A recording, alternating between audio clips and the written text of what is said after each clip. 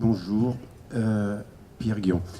Je voulais simplement peut-être nous aider à balayer devant notre porte, parce que là, j'ai entendu des choses très, très intéressantes de la part du maître.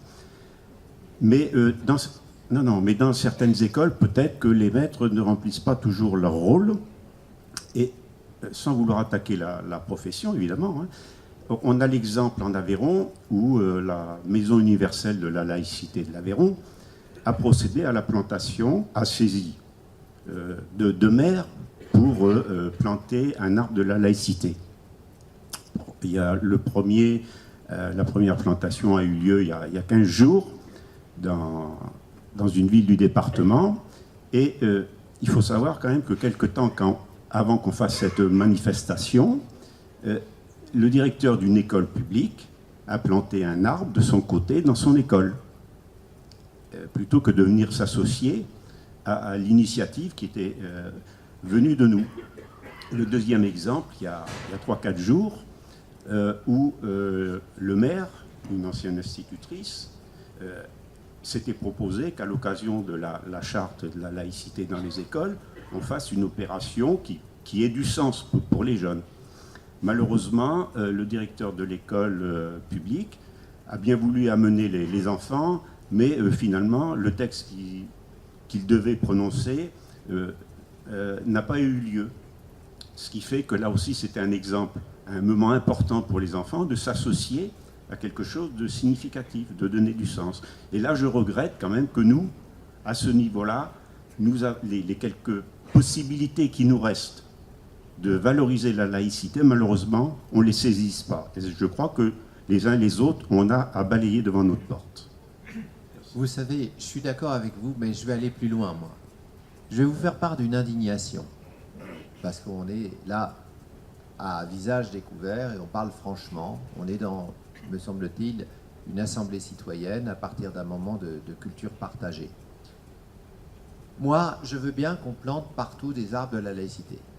Mais j'aimerais bien que les élus qui plantent des arbres de la laïcité respectent déjà eux-mêmes la laïcité. Ce qu'ils ne font pas. Je vais donner quelques exemples, mais pas de nom. Je ne suis pas là pour faire des attaques ad hominem. Mais quand des élus socialistes financent sur fonds publics des associations dites culturelles, dont ils savent pertinemment bien qu'elles ont une finalité cultuelle, ils détournent l'argent public au profit des religions.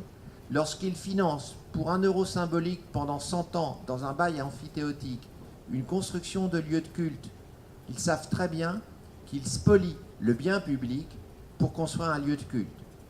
Quand ils financent des ostensions religieuses, comme en Limousin, où on sort les effigies sous prétexte de culture, alors que ces manifestations sont clairement ostensions, ça veut dire monstration d'effigies et de statues religieuses, avec des évêques et des prêtres en habit, le bénitier, la prière dans la rue. Ça s'appelle une manifestation cultuelle et non pas culturelle. Quant au prétexte de la culture, des élus financent des ostensions religieuses, ils se moquent de la laïcité. Quand Vincent Payon, récemment, fait une charte de la laïcité qui ne mange pas de pain, on peut la signer, mais qu'en même temps, au moment où il met en œuvre sa réforme des rythmes scolaires et qu'il se met à financer pour les écoles privées sous contrat depuis la loi de Bré les activités périscolaires et plus seulement les enseignements, puisque dans la loi de Bré, seuls les enseignements étaient finançables par le contrat. Eh bien, Vincent Payon vient de violer la laïcité en étendant les privilèges instaurés par l'école, par la loi de Bré, qui est la mère de toutes les lois anti-laïques.